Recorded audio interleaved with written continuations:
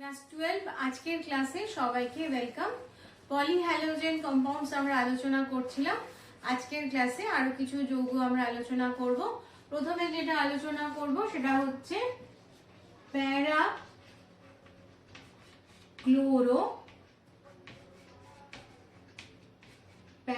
Dichloro benzene. একে এখান থেকে প্যারা ডাই CHLO ক্লোরো বেনজিন, এই থেকে একে বলা হয় PDB। আর এই যৌগের আরেকটা নাম PDB এবং এর আরেকটা নাম আছে সেটা হচ্ছে স্যান্টোক্লোর। এই হয়ে গেল নাম। এবার কিভাবে একে আমরা প্রস্তুত করব সেটা দেখব। বেনজিন, ক্লোরিন, 320 কেলভিন উষ্ণতা এবং একটা লুইস বাহক লাগবে। লুইস অ্যাসিড যেটা হতে পারে AlCl3 বা FeCl3। প্রথম ধাপে উৎপন্ন হবে ক্লোরোবেনজিন এবং দ্বিতীয় ধাপে একই কন্ডিশনে উৎপন্ন হবে ডাইক্লোরোবেনজিন,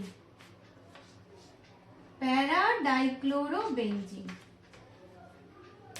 ডাইক্লোরোবেনজিন। এই উৎপন্ন হলো। তাহলে নামগুলো আমাদের জানা হয়ে গেছে। PDB বলা যেতে পারে। আরেকটা নাম আছে সেটা হচ্ছে স্যান্টাক্লোর। কিভাবে প্রস্তুত করলাম দেখে নাও। ক্লোরিন নিয়েছি 320 কেলভিন নিয়েছি, AlCl3 বা FeCl3 এর মতো লুইস অ্যাসিড নিয়েছি। প্রথম ধাপে ক্লোরোবেনজিন এবং এই একই কন্ডিশনে আমরা পেলাম প্যারা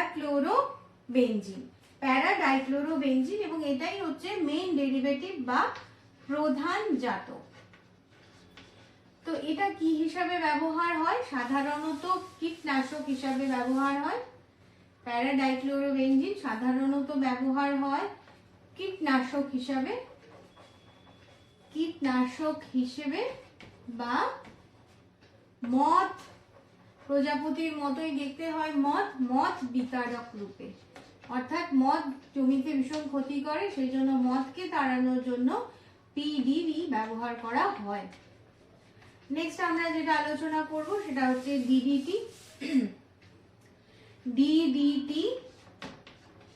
আমাদের কিন্তু এটা বেশ পরিচিত নাম DDTর একটা জটিল নামও আছে, সেটা 2,2,bis,4-ডাইফিনাইল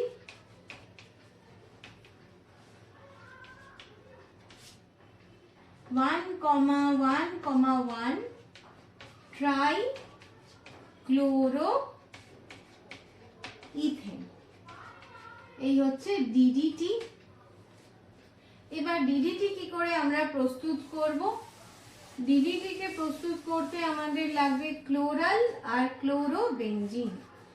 তাহলে ক্লোরোবেনজিন আর ক্লোরাল নিয়ে নেব CCl3CHO। এটা হয়ে গেল ক্লোরাল। এর সাথে নেব 2 অণু ক্লোরোবেনজিন। এইভাবে লিখছি যাতে স্ট্রাকচারটা আমাদের সহজে মনে থাকে। ক্লোরোবেনজিন, 2 অণু ক্লোরোবেনজিন। হাইড্রোজেনটাকে বার করে লিখেছি।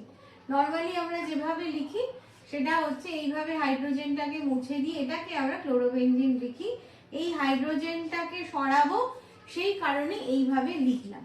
CHOটাকেও ভেঙে লিখি, তাহলে হয়ে যাবে C ডবল বন্ড O। এখানে একটা হাইড্রোজেন আছে, সেটাকে এখানে লিখলাম। এই বিক্রিয়াটা কি উপস্থিতি লাগবে আমাদের? ঘন H2SO4 এর উপস্থিতিতে হবে। ঘন H2SO4 এর উপস্থিতিতে এটাকে বলে ক্লোরাল। তার কারণ এটা অ্যালডিহাইড গ্রুপ আছে একটা, এটা বুঝতে অসুবিধা হলে এটাকে মুছে আবার লিখছি CH। এটাকে বলে ক্লোরাল আর এটা ক্লোরোবেনজিন। যেটা হলো এই 2 অণু থেকে জল বার করলাম ঘন H2SO4 এর উপস্থিতিতে, H2O বের করে দিলাম। তাতে কি হবে? এই ডবল বন্ডটাকে দুটো ক্লোরোবেনজিন অণু জুড়ে যাবে। এবার আমি স্ট্রাকচারটা লিখবো। ঘন H2SO4 মুছে দিলাম, স্ট্রাকচারটা এরকম। এখানে CCl3 এই পার্টটা রয়ে গেল, তারপরে CH, তার সাথে দুটো ক্লোরোবেনজিন অণু জুড়ে দেবো।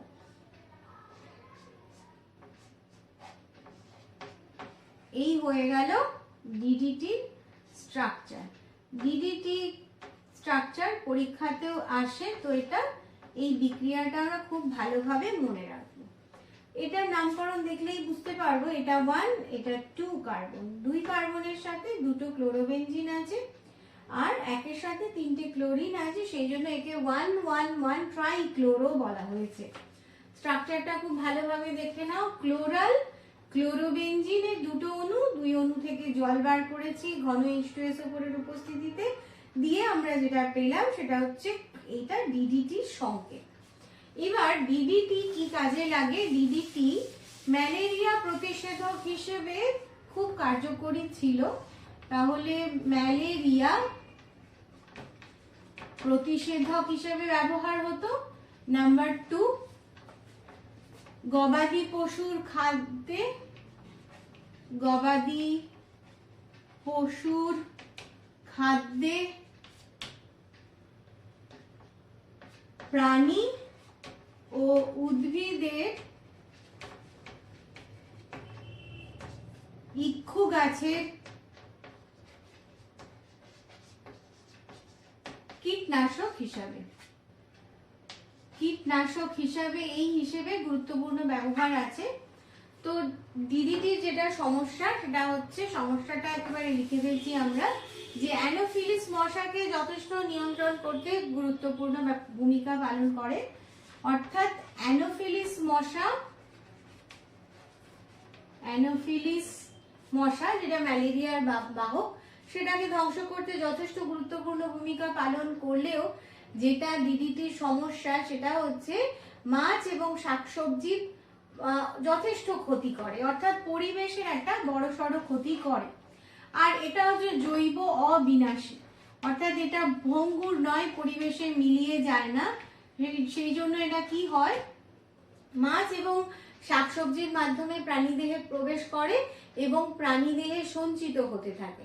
সেই কারণে এটাকে জৈব বিবর্ধন বলে। এইভাবে যখন খাদ্য স্তরে, খাদ্য পিরামিডের একটা লেয়ার থেকে আরেকটা লেয়ারে কোনো একটা রাসায়নিক পদার্থ জমতে থাকে, একে জৈব বিবর্ধন বলে। তাহলে এটা যেহেতু জৈব অবিনাশী অর্থাৎ নন বায়োডিগ্রেডেবল, সেই জন্য এটা কি হয়, মাছ এবং শাকসবজির মাধ্যমে আমাদের শরীরে আসে এবং প্রাণীদেহের প্রজনন ক্ষমতা হ্রাস পায়। এটা চর্বিতে জমা হতে থাকার জন্য যে সমস্যাটা হয়, সেটা হচ্ছে প্রজনন ক্ষমতা হ্রাস পায়। সেই কারণে বহু দেশে ডিডিটি কিন্তু ব্যান্ড হয়ে গেছে, ডিডিটি আর ব্যবহার হয় না। এই কারণে যেমন গরু, এই কীটনাশক প্রয়োগ করা হলো জমিতে, সেখান থেকে খড় হিসেবে গরু, গবাদি পশু খাদ্য গ্রহণ করলো, সেই দুধে এসে গেল ডিডিটি, দুধ থেকে এসে গেল আমাদের শরীরে। আমরা যখন দুধটাকে পান করলাম, আমাদের শরীরে এসে ডিডিটি সঞ্চিত হলো। সেই কারণে বহু দেশে ডিডিটিকে ব্যান্ড করে দেওয়া হয়েছে। এবার যেটা আমরা আলোচনা করব সেটা হচ্ছে BHC। তাহলে BHC এর নাম কি? এর নাম হচ্ছে benzene hexachloride. CHLO, benzene hexachloride, BHC। Benzene হেক্সাক্লোরাইডের যে গামা সমাবয়ব আছে তাকে বলা হয় গ্যামাক্সিন। এবার এই গ্যামাক্সিন কীটনাশক হিসাবে বেশ গুরুত্বপূর্ণ। আমরা বিভিন্ন গাছে পিঁপড়ে দূর করার জন্য কিন্তু গ্যামাক্সিন দিয়ে থাকি। তো গ্যামাক্সিনের নামটা শুনেছিলাম, এবার আমরা দেখব এর স্ট্রাকচার এবং একে কিভাবে তৈরি করা হয়। গ্যামাক্সিন তৈরি করা হয় বেনজিনের সাথে ক্লোরিনের বিক্রিয়ায় সূর্যালোকের উপস্থিতিতে। এখানে আরেকটা যেটা জিনিস আমাদের লাগে সেটা হচ্ছে হ্যালোজেন বাহকের অনুপস্থিতিতে এই বিক্রিয়াটা ঘটে। হ্যালোজেন বাহকের অনুপস্থিতিতে কি হবে, সবকটা হাইড্রোজেন ক্লোরিন দিয়ে রিপ্লেস হয়ে যাবে। তাতে আমরা কি পাবো? আমরা পাবো এইভাবে 6 মেম্বার রিং এঁকে নিলাম। এবার প্রত্যেকটা কার্বনে একটা করে হাইড্রোজেন, একটা করে ক্লোরিন, একটা হাইড্রোজেন, একটা ক্লোরিন, একটা হাইড্রোজেন, একটা ক্লোরিন। এইভাবে স্ট্রাকচার তোমরা মনে রাখতে পারো। 6 মেম্বার রিং এঁকে নেব, দিয়ে প্রত্যেকটা কার্বনে একটা হাইড্রোজেন, একটা ক্লোরিন যোগ করব। তাহলে আমরা BHC বা গ্যামাক্সিন পেয়ে গেলাম। কীটনাশক হিসেবে এটা খুব ব্যবহার আছে, জমিতে ব্যবহার হয় এবং এর ক্ষতিকারক প্রভাব ডিডিটির মতোই এটাও জৈব অবিনাশী অর্থাৎ নন বায়োডিগ্রেডেবল, সেই জন্য এটাও এরকম ভাবে জমতে থাকে। তবে ডিডিটির তুলনায় এর ক্ষতিকারক প্রভাব একটু কম। BHC সম্পর্কে আরেকটা ফ্যাক্ট, সেটা হচ্ছে BHC বাজারে পাওয়া যায় লিনডেন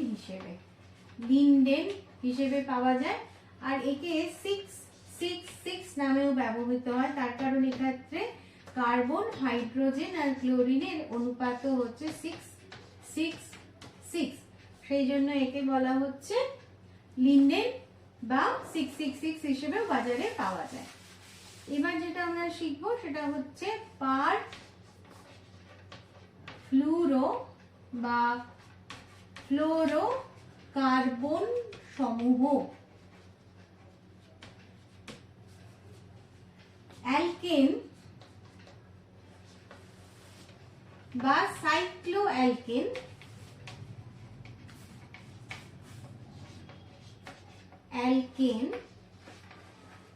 সবকটি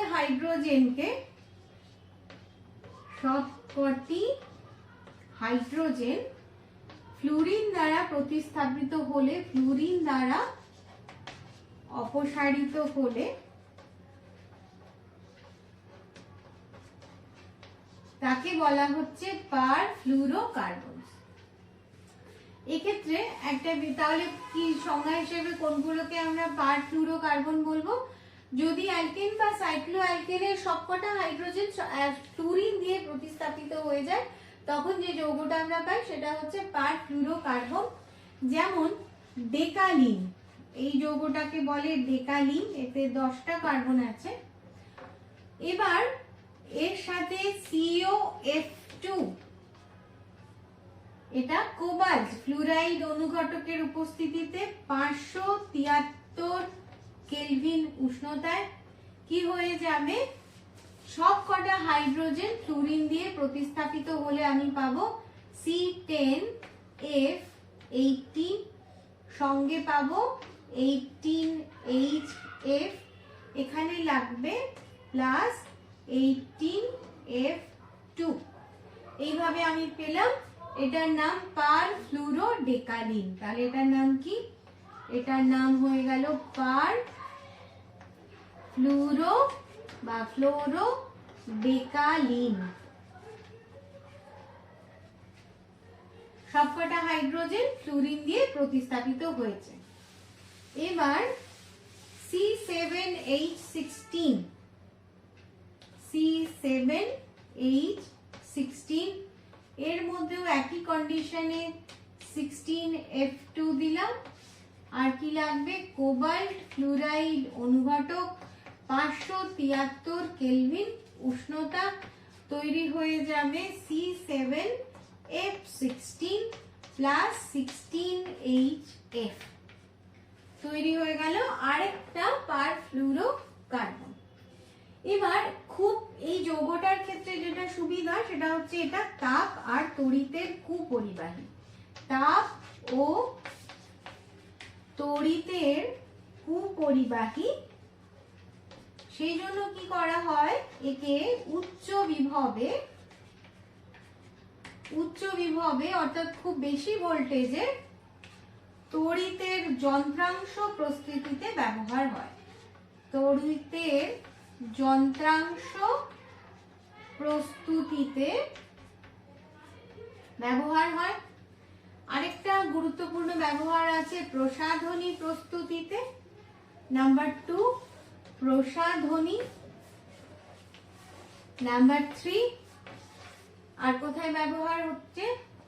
এটা ব্যবহার হচ্ছে কোবাল্টের বিষক্রিয়া হ্রাস, বিষক্রিয়া হ্রাস ও ক্ষত নিরাময়ে, ক্ষত নিরাময়ে।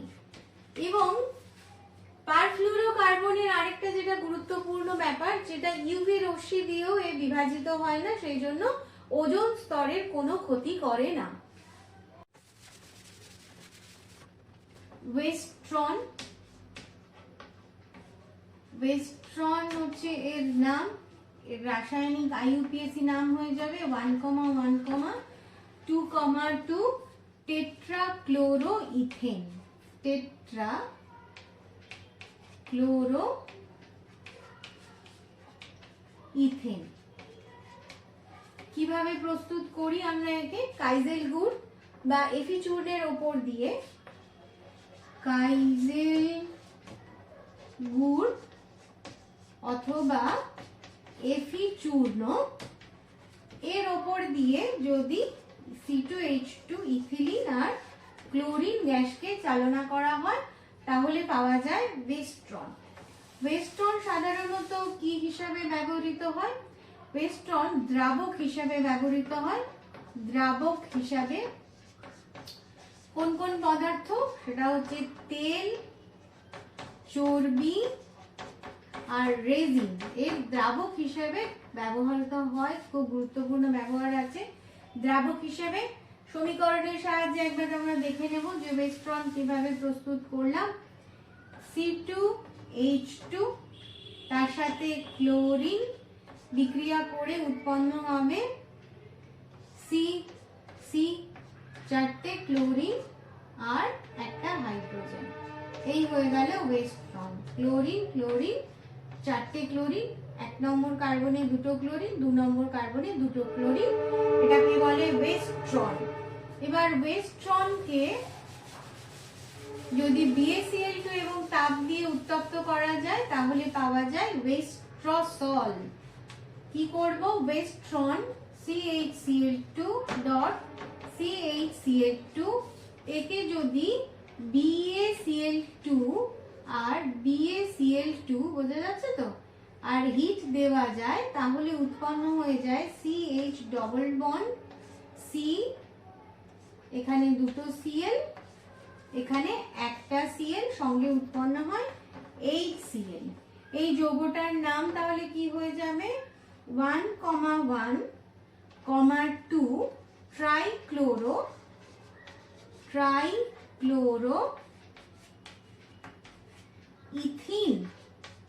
ইথেন না, কিন্তু এটা হয়ে যাবে ইথিন। আর এর ব্যবহার হচ্ছে ড্রাই ক্লিনিং এ, অর্থাৎ কাপড়ের শুষ্ক পরিষ্করণে ব্যবহার হয় ওয়েস্ট্রসল। আজকের ক্লাস এই পর্যন্তই। বিভিন্ন রকম কোশ্চেন আমরা সলভ করব, মন দিয়ে সব ভিডিওগুলো দেখতে থাকো, তাহলে কোশ্চেন যখন সলভ করব তোমাদের সুবিধা হবে।